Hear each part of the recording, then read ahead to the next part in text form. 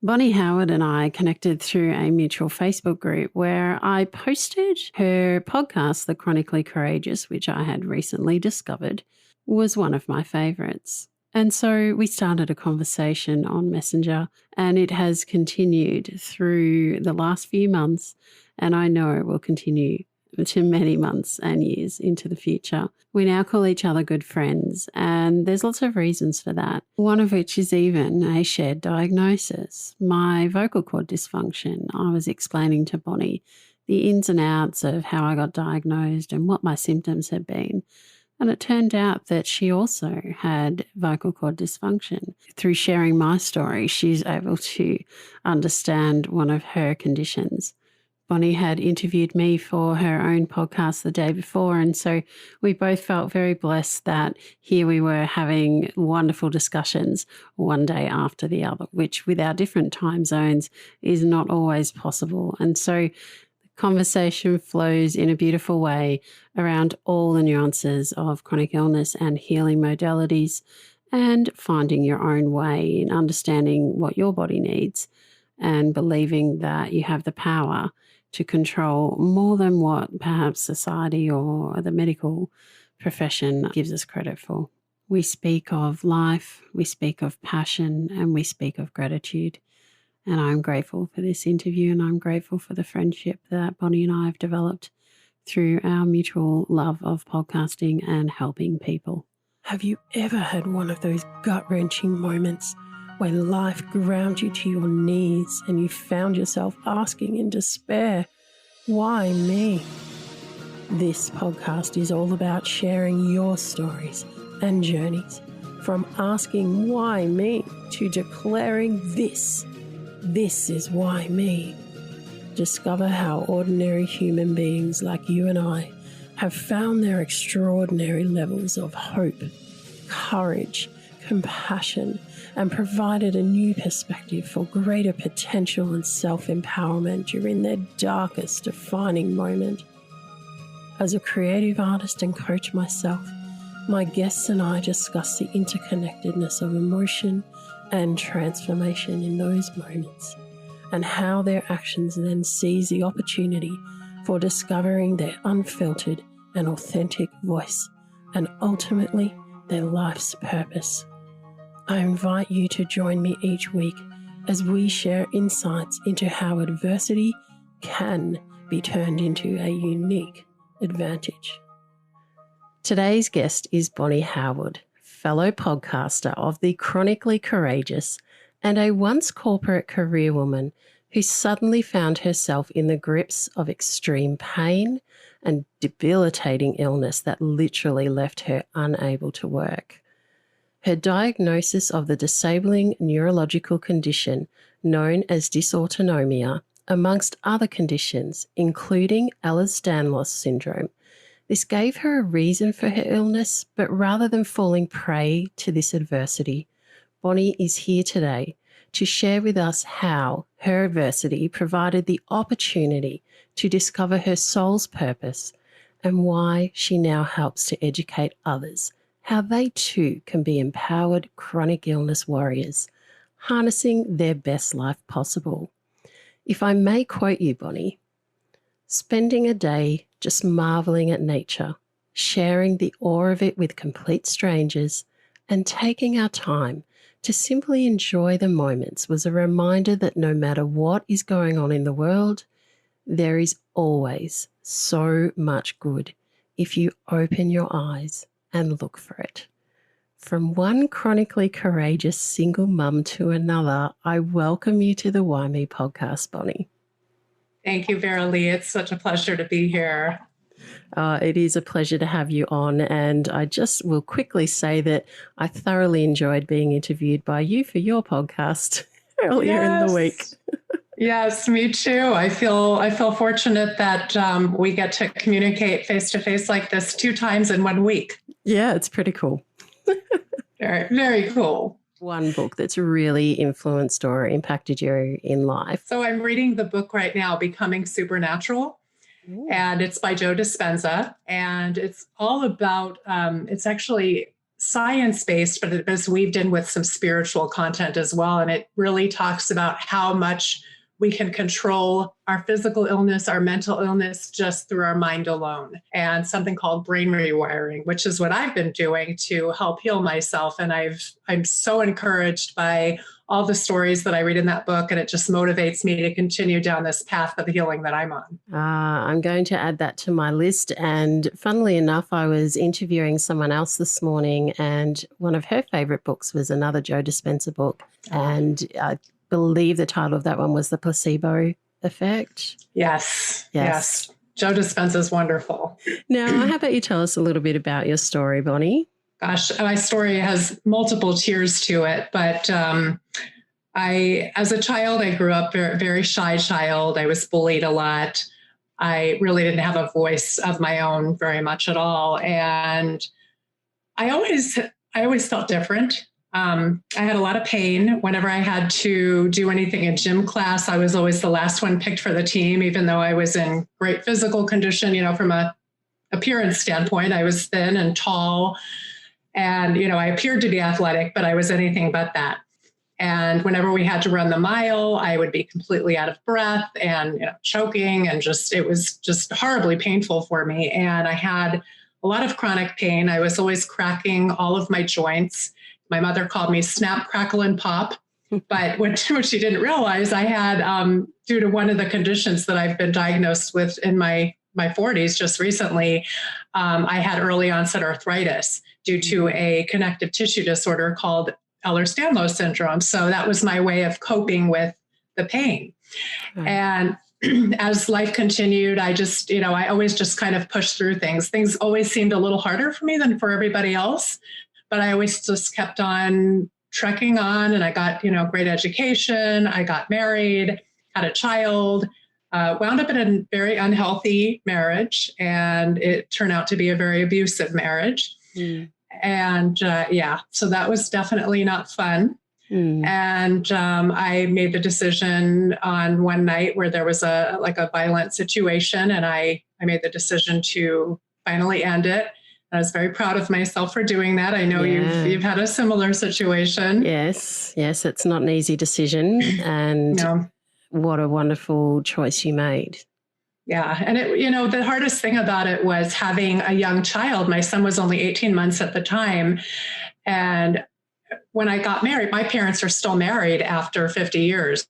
So when I got married, I think like most of us, we think it's forever. And then of course, when we have a child, we want to have that perfect little family with everybody all together. And I didn't want to release that idea, even though I knew it was an unhealthy situation. But my mind was, what I had to focus on was the fact that I didn't want my son to grow up thinking that this is the way that a woman should be treated.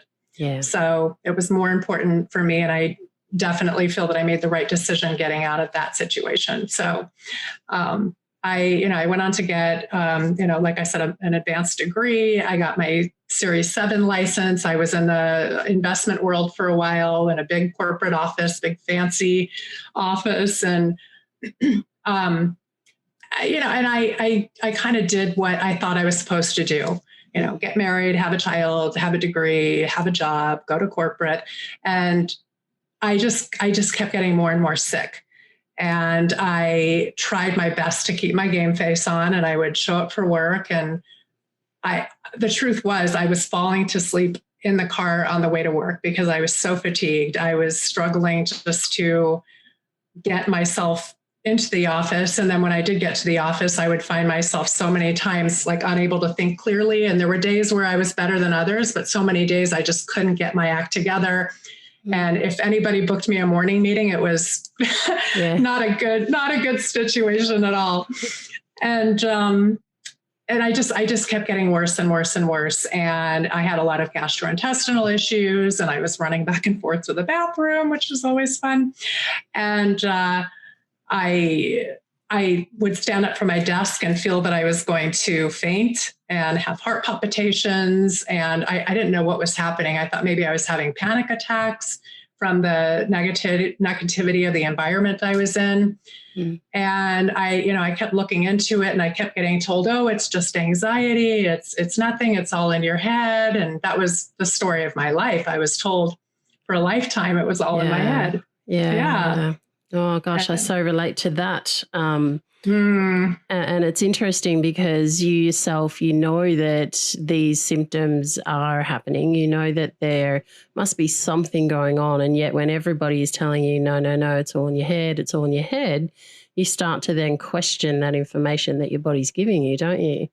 Yes, absolutely. I thought maybe I was losing my mind. I started to believe that I might be crazy and that I was imagining it because you go to so many doctors and they tell you the same thing and nobody's finding any answers. And it just made no sense. But all I knew is I was progressively getting more and more sick and less able to function. So, So I found myself in the office, barely able to function at some point. I had to have security guards take me home a couple of times because I wasn't safe to drive.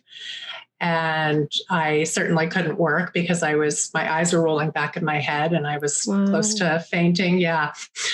So not fun stuff at all. And yeah.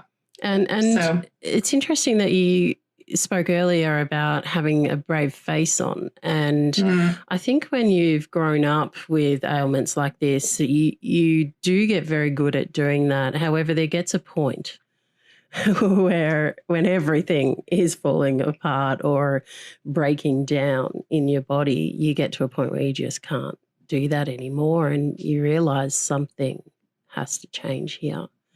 Yeah.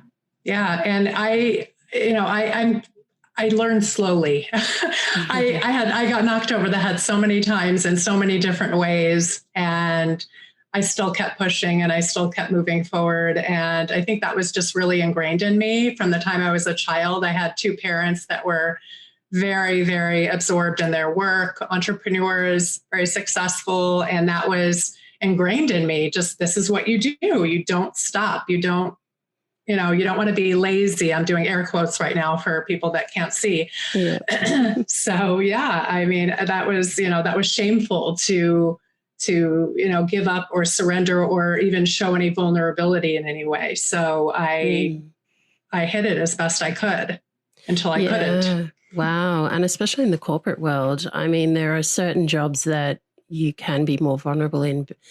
However, when you're in the corporate world, that is seen as a weakness. Right.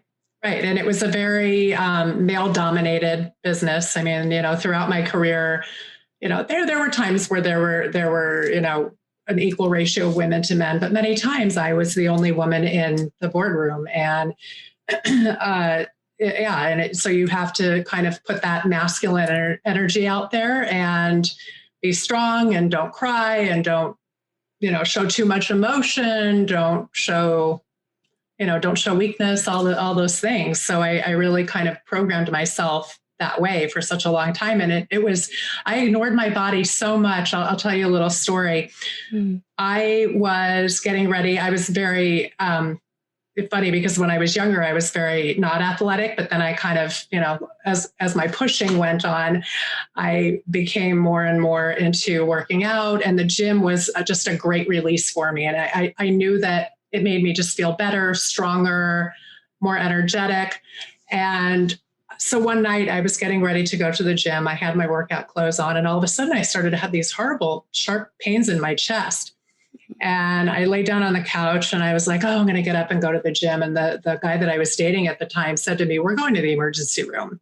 And I was like, oh, really? Do we have to? And with my workout clothes on, we went to the emergency room. We get there and they did a nasal swab, and it turns out I had the swine flu. Oh. And then they took my temperature and I had 101 degree temperature. And then they did a chest x-ray and found out that I also had pneumonia. So here I was going on about my business, ready to go to the gym. And I had all this stuff going on. And I was so out of touch with my body that I didn't even recognize it until I, felt this like acute pain. So, wow. I chuckled a little bit when you said swine flu, because I had a day that I actually flew on a plane up to Sydney and I was fine when I left. and they believe that someone on the plane had it. And because it's that closed environment, and because I was heavily immunocompromised at the time, 8 hours later when I came back on the next plane, I was passing out in the plane, and I was like, gosh, I don't know what's going on. And they had to call an ambulance to get me off the plane, take me down to hospital.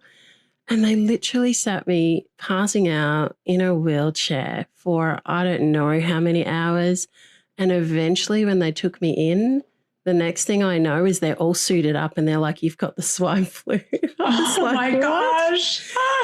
Oh yeah. My gosh. So I know what that's like. And this is the thing, like you use that term chronic illness warriors. And I love that term because when something is chronic and when we're talking about illness, it takes a certain mentality to be able to dig in and just get through the day.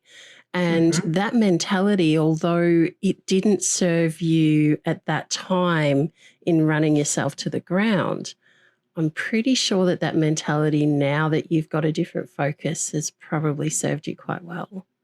I think so. And I still have to find that balance. And I'm still working to find that balance because I can very easily get caught up in that masculine energy. So I'm actually working with a health coach right now that's helping to heal me. And one of the things that we constantly focus on is me getting into that flow state and that feminine energy where I'm not constantly pushing and when I'm saying to myself, what do you want, Bonnie? What do you feel right now? And really paying attention to me. And if I'm tired, laying down and resting and, just listening to my body in a way that I never have before.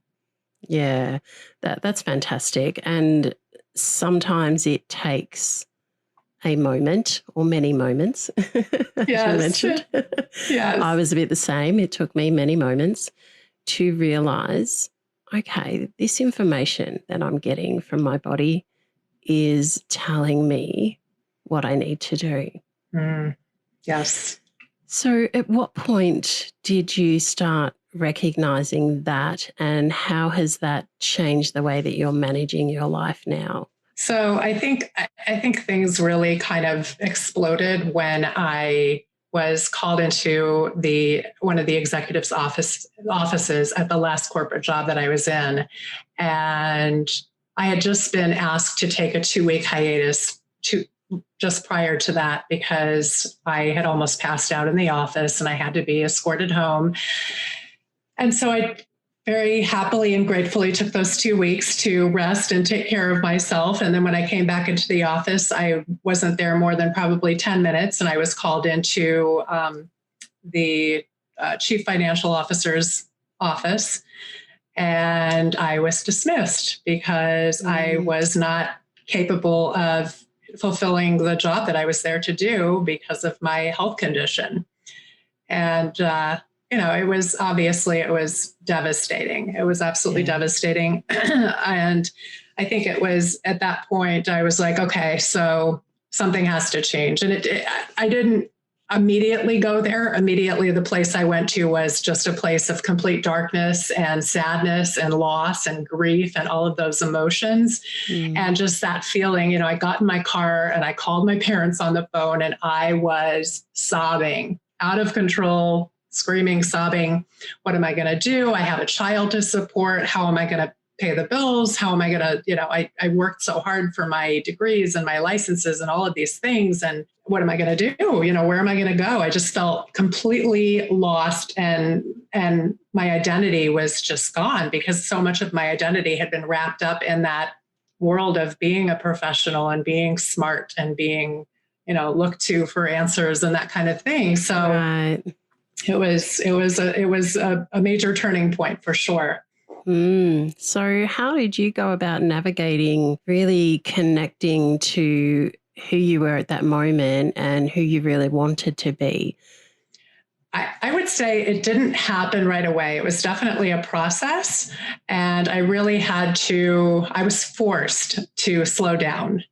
I didn't have a choice. There were many days when I couldn't get off the couch and I was in a wheelchair for a while, and I wound up needing a pacemaker because I just was so weak, and so my heart rate was so low that I didn't have the energy to do anything. And, I found myself in the emergency room several times. And I think, after I got the pacemaker surgery, I went through a very, very deep, dark depression. And but then as I came out of that, I started to really appreciate the little things. I mean, right after the surgery, I had some complications, and I was on the couch, and my son was sitting there with me, and I said, call my parents. I can't breathe, or call 911. I didn't know what to do because I just, I just couldn't get air in me.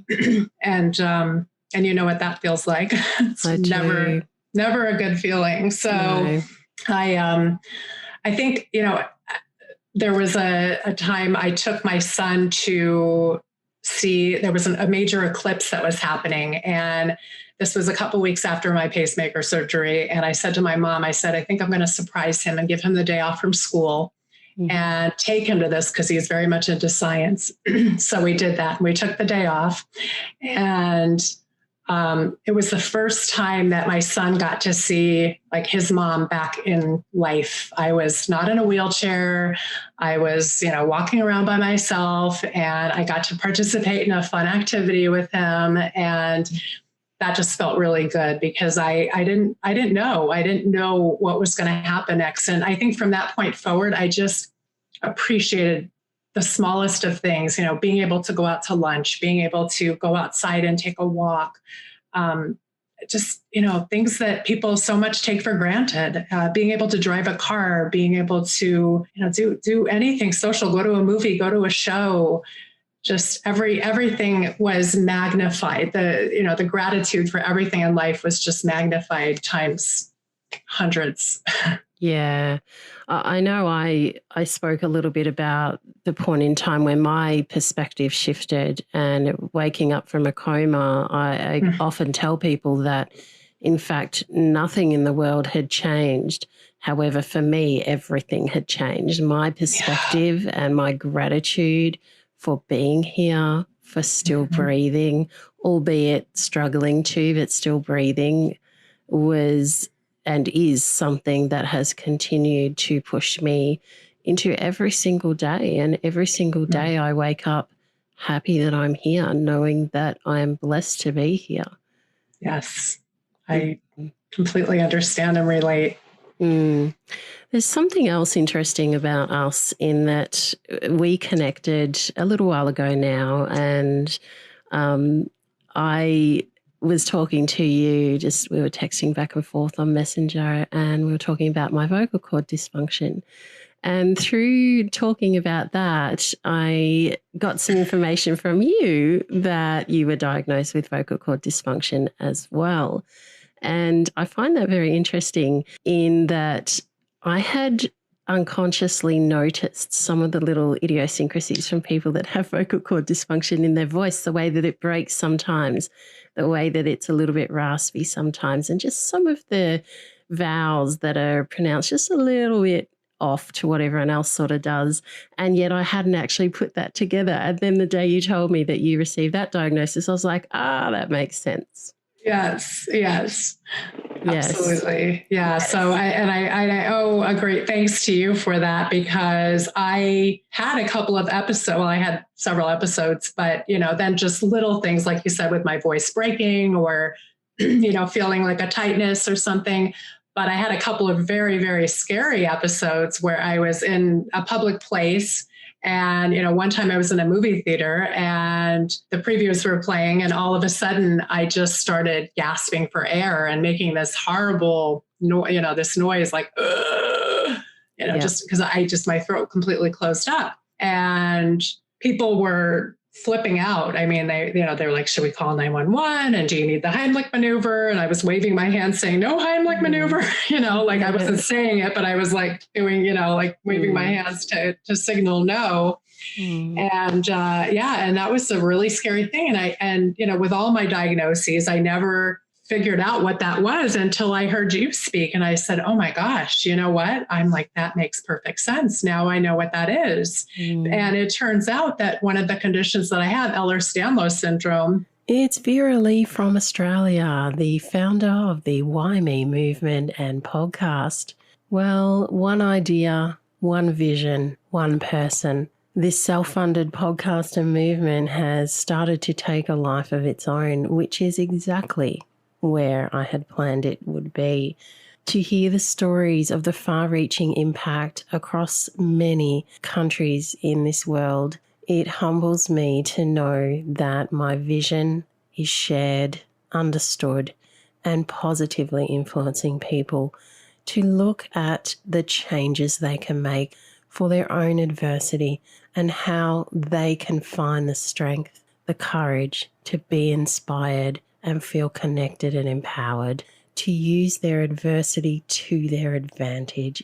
One of the best ways that you can help support the WhyMe Movement and podcast is to subscribe to the various channels, such as the podcast platform you are listening to this on now and the YouTube channel, which has much bonus content released. By subscribing, you will make sure that you are one of the first to find out who is coming up next, more about our guests, and the interesting questions that I ask them, which do not get released on the podcast platforms, and lots of other good bonus content.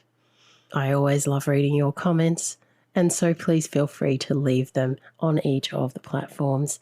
The beauty of social media is that you can easily share single episodes or any of that bonus content from YouTube onto your own social media platform with your friends, which helps to bring this positive, inspiring message to far more people, allowing you to be an active participant in the WhyMe movement and vision.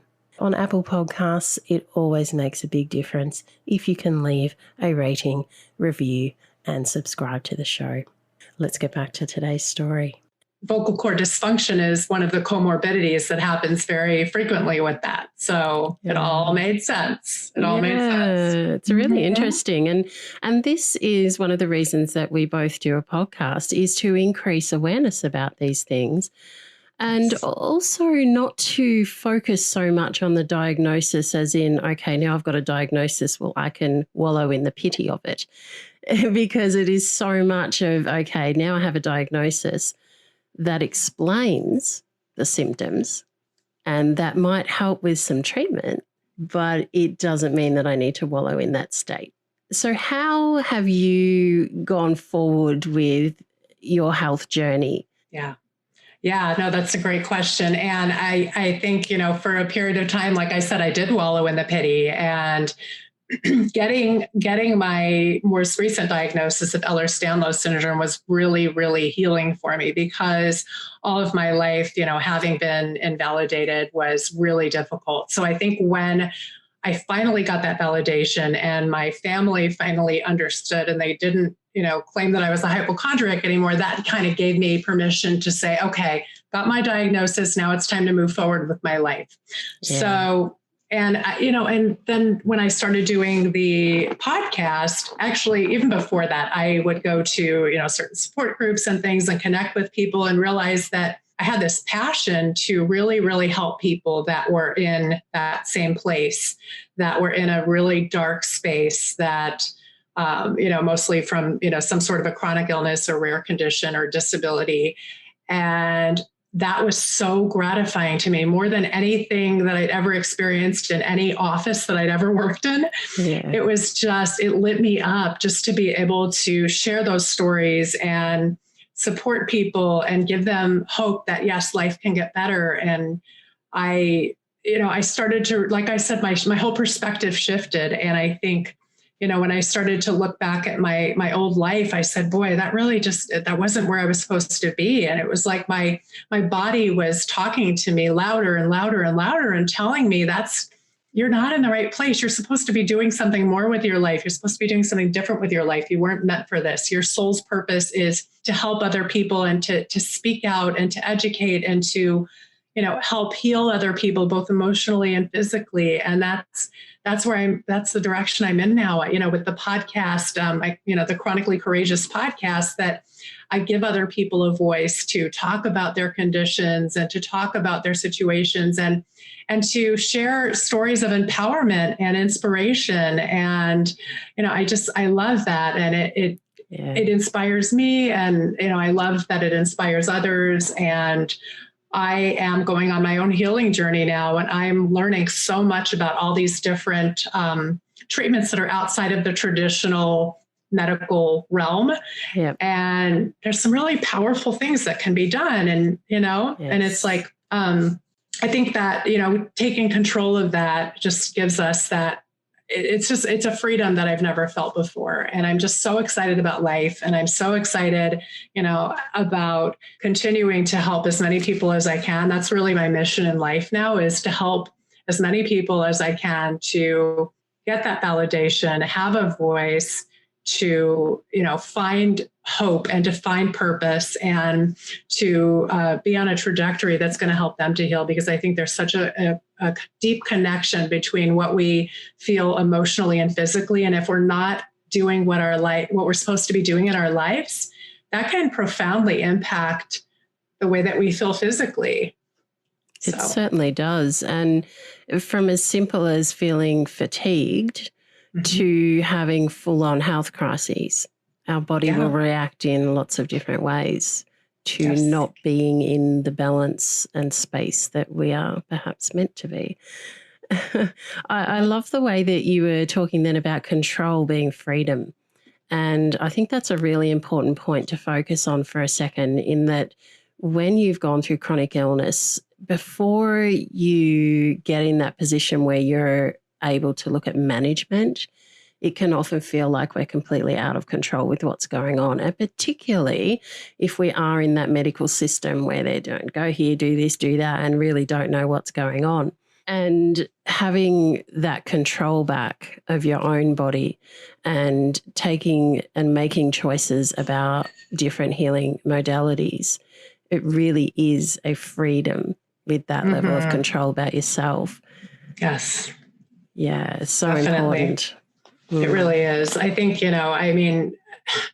for a few years, it was just one doctor's office to a next. And, they want to put you on this medication. And I'm so grateful, because I do have I have a lot of different specialists, and I have some amazing doctors, and it took me a while to find these incredible doctors. And I'm so grateful for everything they've done for me. But I am also grateful that I have become a much better advocate, a much stronger advocate for myself. And I don't just, if a doctor tells me something, I don't just take it as, this is God's word. It's not. I mean, they're humans just like we are. And I do my research, and I have a drawer. I'm looking over at my drawer. I have a drawer full of medicine that I've been prescribed, that I filled a prescription and then I read about it and I never took it, because there's so many times that makes us worse than it does better. And there are certain prescriptions that I do take that I know are helpful to me, but I try to minimize that as much as I possibly can, because I know that there's so many detriments to so many of the pharmaceuticals also.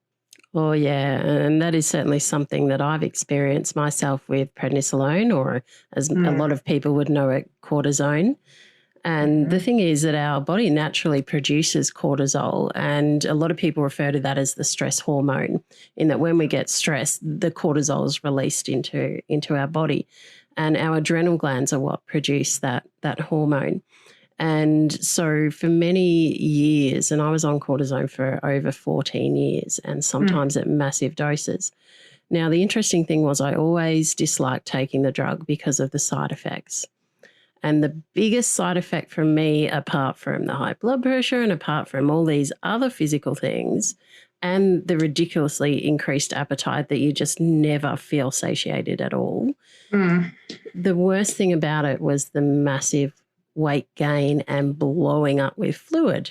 Yeah. So despite struggling through constant extreme hunger and still trying to manage, a certain normal level of food intake as possible, it was impossible to keep the weight under control. And I got to 196 kilograms, which is just huge. And I saw I saw a weight loss surgeon, it'll be a little bit over a year ago now. And at that point in time, I'd lost something like 45 kilos myself. I'm almost at 70 kilos now that I've lost myself.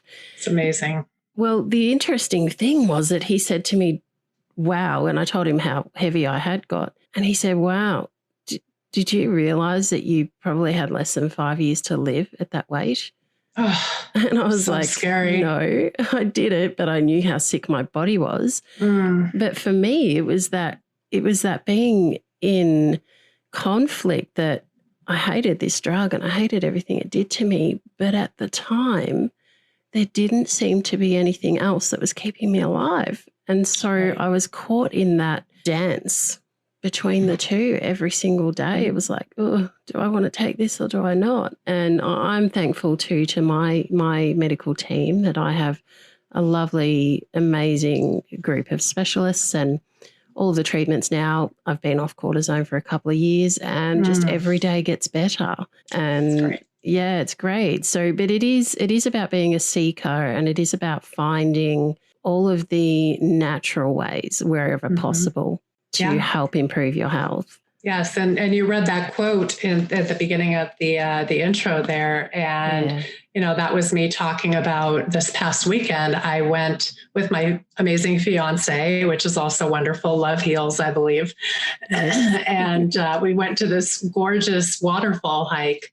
And just the fact that I can say I went on a hike is amazing, because I had a hip replacement 10 months ago. Wow. And, I was using a walker and a cane. And so just to be able to have that ability again is magnificent. But then being in this gorgeous nature with this, water flowing over the rocks and the leaves, the changing leaves, and just a little slice of heaven. I mean, nature for me is so, so healing.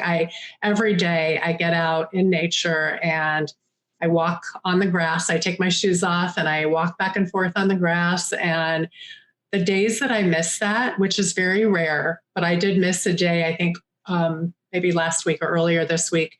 And I will tell you, my mood was not good. I was very irritable, and it just, I just didn't feel good. I didn't feel right. I didn't feel grounded. And there's a lot of scientific research on the healing effects of nature and actually putting your feet and your body on the ground and on the earth.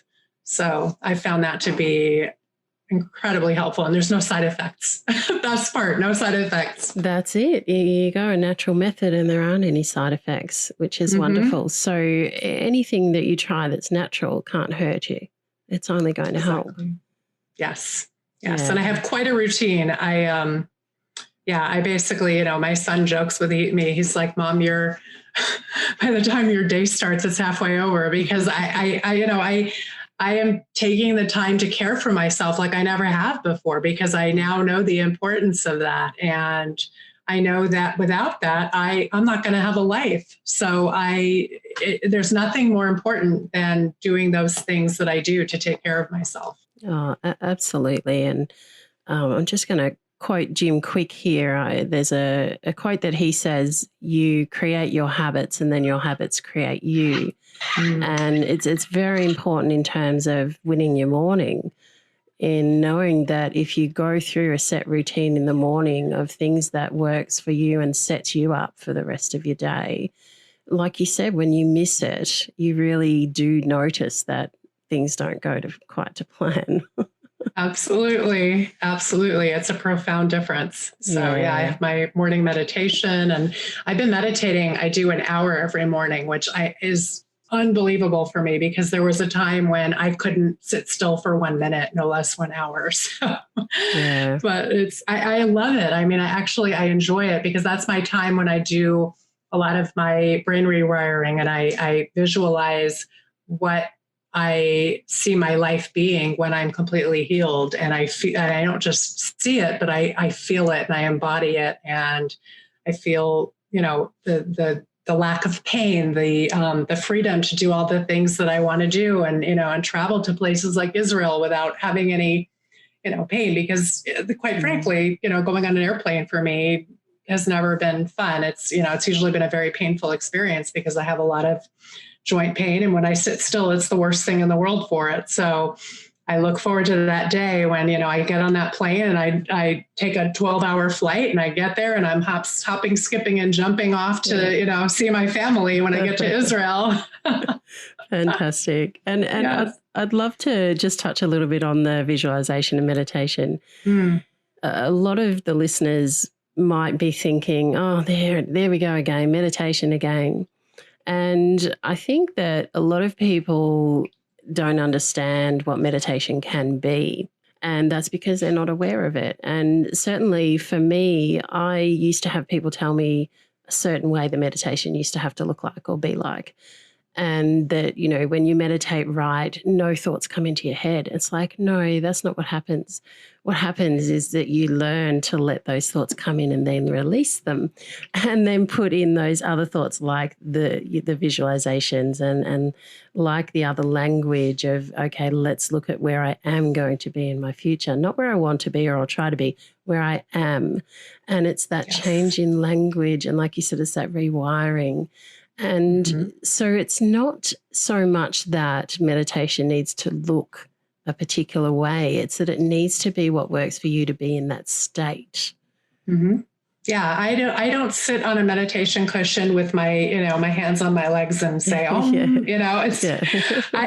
lay down in my bed and, hands at my sides and that's, what I put my headphones on. And the way that I started was, I use an app called Insight Timer. It's there's a paid version and a free version. I've never seen a need to use the paid version. So there's plenty of free guided meditations that I think are, good for any level. But for me, that was really helpful when I was first starting because it really gives you that guidance and maybe it helps you to focus on things, so your mind doesn't go as all over the place. Now I usually use like binaural beats and I put those on and then I go into my Zen world. Yeah. And you were talking before about that feeling. I know that for me, when I'm in that state, my breathing, even on the days where I'm struggling a little bit with my breathing will still slow down because I'm more purposeful about it. Mm-hmm. And I find that for me, I get this almost a cool sensation that runs through under the skin. And when I get that, I know that I'm in that state. For me, that's my little biometric information coming back that, yep, the blood's flowing cleanly and beautifully through and, you're really oxygenating your body and you're in that state now. So, yeah, I just love that feeling. It's very, it must set off the endorphins because you just feel fantastic. Yes. That I agree. And then the other thing that I've been doing, and I actually did a session with my coach yesterday, I've been doing breath work, which is very, and which is just fantastic. And for, listeners who may not be as familiar with it, it's a specific breathing pattern that you go into. And in the case that we do it, we do like an inhale through the diaphragm and then a second inhale through the chest and then an exhale and it's all through the mouth. And there's this and it's this continuous breathing for a period of time, usually at least 10 minutes straight of that to get past the ego and get into this place where your body just releases. And it actually scientifically has been proven to release the same chemical in your body that ayahuasca does. Wow. Which is a plant medicine. So so it actually can have like a psychedelic effect, and it does, and it did. And yesterday when I was doing it, I had all these visions and sensations through my body of like tingling, and I felt like pressure in certain areas, and then waking up from it, it's like just ecstasy. You feel like there's not a care in the world, and everything is so light and carefree, and just. Yeah, it's just a great method. It's really powerful helping to release trauma and for, anxiety. It's really, really powerful stuff. Oh yeah. And look, let's go back to a comment that you made right back at the start about, you had all these symptoms and you used to look around and say, why does everything seem so much harder for me? What everybody else takes for granted. And for me, what I was always watching, looking around, and this is where the name of the WhyMe movement and podcast came from, is that I'd be like, well, why me? Like everybody else can breathe. So you have certain things in life that you need. You need water, Yeah. you need food or sustenance of some sort, and you need to breathe. And my two biggest issues was that I had issues with eating because of all the prednisolone and everything and what that was doing to my body, and a fructose intolerance. And then I couldn't breathe. So I'm like, the two things that you actually need in life, I struggle with. Yeah, right. That's not an easy path for sure. Not easy, no. And yet, you know, breath work I've not done, and I've heard you talking about it, and I'm going to look into that. I certainly found a Buteyko practitioner who helped me immensely. Before I got really, really sick, my health improved significantly when I was practicing Buteyko. And then we had something else that went wrong that was unrelated. I still practice Buteyko whenever I need to. I just don't need to do it on a daily basis anymore. But what she would talk a lot about, and she recommended I read a book, which was The Carbon Dioxide Syndrome. And it'd be very interesting to find out how breath work affects the carbon dioxide in your body. Because with the Buteyko breathing method, there was this thing which we called an extended pause. And you would basically breathe out and then you would hold your breath, you cover your nostrils and you put your head up and down, really, really fast like this. And you hold it for as long as you can. And then when you don't think you can hold it anymore, you get up and you walk up and down the hall. Wow. And it's a method of conditioning and training your body to be more tolerant of the higher levels of carbon dioxide that we have in our body. And the basis of the research is that asthmatics and people with a lot of these respiratory diseases are actually addicted to air. So we overbreathe. And it's true, we overbreathe because when we're constricted, we get so used to slumping down and trying to open that space and trying to make breathing easy that it just becomes the way that we breathe. And we also breathe very shallow rather than deep. So it was about really getting back to how our bodies were made in the natural state to breathe the way that we always used to and have sort of forgotten how to do in today's day and age. Yeah. And it was amazing the effect of calming that your whole nervous system would go through at the end of one of those extended pauses. And she used to say, a couple of these is better than a couple of puffs of Ventolin, and she was right. And she said, and for anyone with anxiety, these do just an amazing job in calming the whole nervous system. So I'd be really fascinated to give the breath work a go and see if there's a very similar feeling, because it sounds like there is.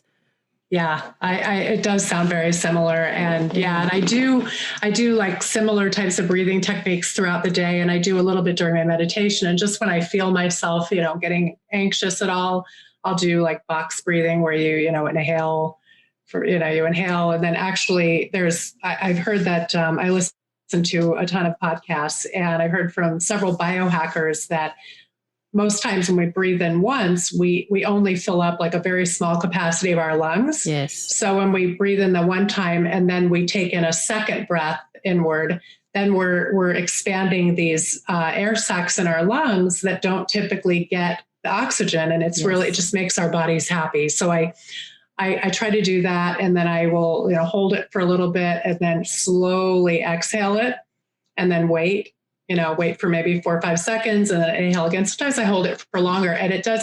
And then I find, after holding it and then releasing it, it's just like this release of, just your whole body just kind of relaxes and it just takes down any stress immediately. And it's all natural. We're using our bodies to heal ourselves. And that's a beautiful thing. I mean, it doesn't cost us anything. It doesn't have any side effects. No, we can do it anywhere we are. Exactly. Yeah, it's funny because when I used to go into hospital, I'd have an attack, and then I'd be in there, and once things would start to settle down, and I could start breathing a little more clearly, I used to test out the theory, because she used to teach us, the Buteyko practitioner would teach us that our oxygen levels would actually go up the less we breathed. And so I was attached to my oxygen sat monitor and I'd sit there and I'd go, okay, where am I sitting now? Okay, now I'm going to start doing my reduced breathing and I'm going to do this, that and the other. And I'd watch it slowly climb up. And the funny thing was the nurses would often come around because the machine would beep because I wasn't breathing enough breaths as for what it thought I should breathe. And yet here I was going, but look at my oxygen saturation, like I'm way up. This works. Don't tell me to, because they come in, they go, now take some really big deep breaths. And I don't want to do that. I don't want to hyperventilate. I've just got myself in this beautiful state. Don't tell me to do that. Because inevitably I'd do that and it'd make me go into a coughing fit. And then I was like, oh, here we go again. Right. You know, I think we know our bodies best. I mean, once we stop to really listen, we know what feels good and what doesn't. So really need to listen to that and listen to our intuition. I think it's so important to listen to our own intuition. And again, not just think that the doctors always have the answers. Yeah.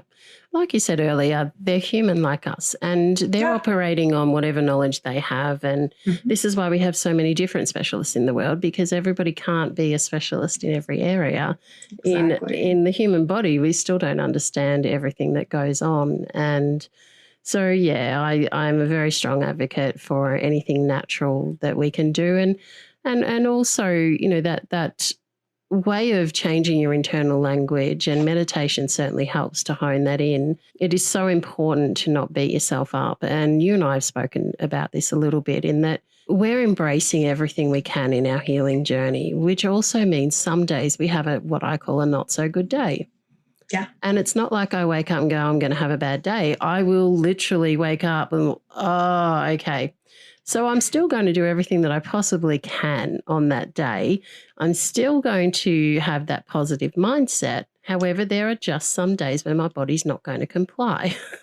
Right. And you know what? Sometimes doing everything you can on that day means rolling back over and sleeping, or just sitting around and drinking a hot cup of tea, or doing whatever self-care that you need to do to make sure that you are loving yourself. Because, when we don't listen to our bodies, they just scream louder and louder. So doing doesn't always mean checking stuff off our to-do list. Sometimes it means looking, at how can I best take care of me today? And that is the most important thing you can do, because without that, we can't take care of anybody else or anything else. No, that is so true. And I love that you use the word how, and I'm going to explain why. The letters WhyMe. I run a WhyMe challenge, and the W stands for who, and it's all about learning who you are and who you want to be and connecting to yourself. And the H is the second letter, and it stands for how, and how is all about setting goals. And I often talk to people about, I have two sets of goals in my life. I have all the big stuff, all the stuff that I'm working towards, all of the, my health and wealth and everything that I want. And there's everything there that I will envision and manifest. And then I have what I call my backup goals for those days. And that's the thing, you got to be flexible and going, okay, well, if you broke your leg tomorrow, you're not going to be around jumping over hurdles, are you? So, you got to have sometimes a bit of flexibility and go, okay, well, today's one of those days. All right, well, what can I do? And like you said, it's about loving yourself through those days. And that's the important part in this. And that's what helps you to keep that connection to yourself, which is where the healing is. Absolutely. 100%. Yeah. Yep. Beautiful. Now, I'm going to do something a little bit different. I wanted to share my screen with you for 1 second. Okay. I'm aware that people won't see this, so that's okay. Is it a test? No. Oh, good, because it's like 11 o'clock at night here. I don't know if I can take a test right now. Yeah, it's definitely not a test. Yeah. So this is a photo that I took in a place called Horseshoe Lagoon, which is just not far from where I live. And I took this photo. I wasn't living here yet, and I was visiting my parents. This was at the point when I was contemplating moving up here, because I'd gotten to a point where I was so ill that I really needed extra support that my brothers and sisters couldn't provide because they were working full time. And my parents were up here, and so I was like, yeah, it might be time, sort of thing. So I took this gorgeous photograph, and this area was like my little healing place. So whenever we would come up and visit, and once we moved here, whenever I was able to physically, we would come down to this area. And it's a beautiful lagoon on the Murray River. And what I wanted Nice. to read to you was this little quote, because I feel it's very appropriate for a lot of what we've talked about today. And it says, the one thing that you have that nobody else has is you, your voice, your mind, your story, your vision. And this is the part that I love the most. So write and draw and build and play and dance and live only as you can. Mm. And that's a quote by Neil Gaiman. And I absolutely adore that quote. Mm-hmm. And this is what we are doing with our life's mission. We are allowing people to have a voice. We are using our own voice and story to illustrate the way that other people can also feel inspired, hopeful, empowered, and connected. Yes. Beautiful. Yeah. Thank you so much for coming onto the podcast today, Bonnie. And I would love to allow you to tell people if they'd like to get in contact with you, how can they do so? Sure. Well, first of all, I want to thank you for a couple of things. I want to, first of all, thank you for having me on as your guest. And I want to thank you for being a beautiful light in this world and just such a loving, beautiful person. And just being someone that I can feel very safe to talk to and share my experience. I think because we do have so much in common, but you're just a very open and loving human. And I'm very grateful to have you in my life. So thank you. Aww, thank you. I'm feeling quite emotional. Aw, that's okay. Emotions are good. Emotions are healthy. Yes. You can find me on Instagram at The Chronically Courageous. I actually have been playing a little bit on TikTok too. I don't have a whole lot going on there, but I think I also have the same profile name there, The Chronically Courageous. And I am under Bonnie Fleischman Howard on Facebook. And my podcast is called The Chronically Courageous, and it's wherever podcasts are playing. They're on Apple, Stitcher, Spotify, pretty much all of the podcast players out there. So, and at some point I do plan on doing some coaching and starting private groups and things like that. I also have a master's degree in instructional technology, which is essentially online education. So it's kind of like all the little pieces of my life are coming together, and I do plan on putting together courses and things in the future. So fantastic. Yeah. Wonderful. Now I'll make sure that those links are in the show notes so people can click over to visit you wherever you are. Thank you. I appreciate that. Thank you so much, Bonnie. Yes. Thank you, Vera. I learned so much from that Buteyko practitioner, and she used to say to me, do you crave salt? And she'd laugh and I'd be like, yeah. And she'd go, well, I'll tell you why, because everybody says yes that comes to her. Yeah. She said, because everybody that overbreathes or has these issues, their electrolytes are out of whack. And I'd be like, yeah, every time I end up in hospital, they got to give me potassium and they got to give me certain things because I'm so low on them. And she said, yeah, all you need to do is she likes Celtic sea salt. And she said, get some of that from the natural food store, not the stuff you buy in the supermarket.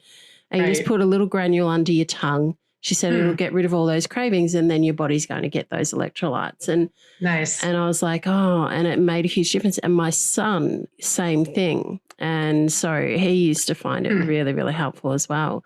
And it's just those little things that you learn about your body, don't you, that you can tweak and oh my gosh, yeah, all the time. Yeah, I'm big on Himalayan sea salt. I'm always over salting my food. It's funny because I have most people have high blood pressure. I have extremely low blood pressure, which, can cause the feelings of faintness. What else? Oh, and I have the potassium thing too. I have a very low potassium. As a matter of fact, when I went to have my pacemaker surgery, my doctor said, they tested all that first. And he said, we can't operate because your potassium's too low. He said, I have only one other time seen potassium levels this low. He said, it could be lethal if we don't get it up. Yeah. So that was scary. So, so I need to watch my potassium. Definitely. I have a lot of, I try to have avocado, bananas, watermelon, all the high potassium things. So. Yeah. It's just so important to look at your body in every aspect, body, mind, soul. It all links up, and trying to find that balance. It's a juggling act every day, but it's one that's worth it, isn't it? Oh gosh, 100%, 100%. Because I mean, it's funny. Like the night when we got off our last conversation, you and I think I had 2 recordings that day, which normally I don't do more than one in a day. And I was like kind of exhausted, but at the same time, I was like so inspired. And I was like talking to my fiance and I said, I have the coolest life. I get to have the most amazing conversations with the most incredible people. Like I've never been a surface conversation kind of person. Yeah. So like, this is my career now. I mean, I get to like have these deep conversations with these fascinating, incredible people. And it's just like the coolest thing in the world. It's just awesome. It's like a dream. I totally hear you. I'm right there with you. And that's why this made sense to me too, because I've always been the one that asks those questions nobody wants to actually talk about, you know? Totally. I always overspoke. Yeah. I always did you really ask that, Vera? Like, yeah. We're like diarrhea in the mouth. Yeah. Yeah. Just like, Bonnie, stop. Like, not appropriate. And I'm like, what? Why? Why? What's wrong with that? Yeah, that's it. Well, see, that's an interesting thing because I wasn't able to speak about all that sexual assault stuff like I explained to you. And finding my voice through that just reiterated how important it was to be asking those questions that are uncomfortable. And in doing this podcast, it's interesting reading some of the reviews because a lot of people are like, oh, get ready because Vera just goes straight there. It's like, yeah, I do actually. But they're not saying it in a bad way. They're like, but listen to the end, like these are such good stories. And it's like, well, this is it. If more people had spoken about sexual assault and domestic violence, I might have had a bit more awareness about it. Maybe nothing would have changed. Right. But maybe it might have. Maybe I would have seen those red flags for what they really were and not being confused about what they were, And not feeling like you're, like you're the only person this has ever happened to. If people don't speak about it, you don't, you think that maybe you're making it up and, it's like you're, maybe this is just the way it is. Maybe this is how all marriages are supposed to be, but. Yes. Yeah, so true. And I mean, you touched on it there at one point. It's about feeling understood too. It's so important to feel understood. And if people are not understanding what's going on with you, then that makes you feel a lot more alienated. And so it's so much about finding a tribe. And I talk to people all the time about finding a tribe. And this is what, like you just said, we're finding our tribe. We're finding people that are willing to trust us with their important voice, their important stories, and willing to be transparent. And so we're getting that opportunity to create that awareness and allow people a platform to talk about these things that they might not otherwise have the opportunity to get to such a wide audience in sharing. Yeah, 100%. Totally. Yeah, it's such meaningful work. I mean, the stuff I was doing before was just like, it just didn't connect with my heart. Helping people manage their money and like, it was just, doing marketing for investment stuff. And I mean, it was cool and shiny and sparkly and whatever, but like, I wasn't passionate about it. I'm so passionate now about this. And I think if you're doing something that you love, it just makes life so much sweeter. You're not fighting uphill all the time. You're just kind of going with what feels good and what feels natural and what feels like your purpose. And when you're living in your purpose, like everything else kind of falls into place. Yeah. And I'm going to say it again. It's about getting back to the roots of what we're intended to be doing on this earth. And instead of being so distracted by the world and what the world has created, that's one of the things I see as a benefit of COVID. I know that lots of horrible things and people have lost their lives. I know about all of that, but all of that aside, the one thing that everybody has had the opportunity to do is to really look at assessing where they're at in their life and what's really important to them. Yes. You know, and that reconnection with people is so important. It's so important. Yeah. And it's like, that's funny. I've had that conversation with a couple of people and it's just, like we've had this awakening through our illness, just realizing how precious life is and how important it is to do the things you love and be with the people you love and to, find your tribe and all these things. And I think now it's like this global awakening where everybody is, and some people, it may not, they might not get the message, not everybody's going to get it, but I feel like more people are realizing and waking up to what truly is important and what, it's not the money, it's not the things. And it's like, so great. You have all this money, but you can't travel and you're not driving anywhere really. And you're not, in your fancy car and you're, it's about like who, when you close the door and you're in your home and you've got your people, like who are those people? And, are they quality people? And, that's where it's at. That's what's more, most important thing. Totally is. I know what I'm good at, which is educating people, awareness, communicating, growing, developing, all of that stuff. So, yeah, you get to these points in your life where you're like reassessing again. And I literally do wake up happy every morning that I wake up. And I literally thank God that I'm here. Mm-hmm. And my next question is, what am I going to do today? It's where it's at. That's what life's about. That's kind of the secret that a lot of people, don't always figure out. And, sometimes it takes them a while. It took me too long to figure it out, but everything happens the way it's supposed to. So yeah, that's it. It does. It does. Yeah. And I mean, it's money's important when you don't have it. Right. Because, you need to be able to pay for food and all that stuff. But once you get to a certain point where you've got a house, you've got enough money to keep you going to get the basic stuff done, it sort of then becomes insignificant how much you have, really. Right. There's a study that my fiance is always quoting. He says, they did a study and they found that people that made over in US dollars, over 75,000 per year, there was no difference in happiness between like $75,000 a year and $300,000 a year, for instance. Right. Like over and above that, like as long as you have what you need to meet your basic needs and, and not have to worry, there's really, that's not a measurement of happiness anymore beyond that. And I have seen that in my own life, Yeah. It's so true. Well, another story, more WhyMe moments and more reasons to feel inspired to change your adversity into your advantage. An integral part of the vision of the WhyMe movement is the ICE acronym, I's for inspire. When you feel inspired, you are more likely to take action. C is for two things, actually. Connection. You are not alone in this world. There are always people here who want to help you get through your adversity and feel positive about your life and your purpose. It is also for courage. Courage, in my opinion, is feeling the fear and doing it anyway. And there lies the importance of connection. For sometimes we don't feel we have the courage to do things on our own. And yet once we have the emotional support of those people who we trust, it can help us to feel that fear and do it anyway.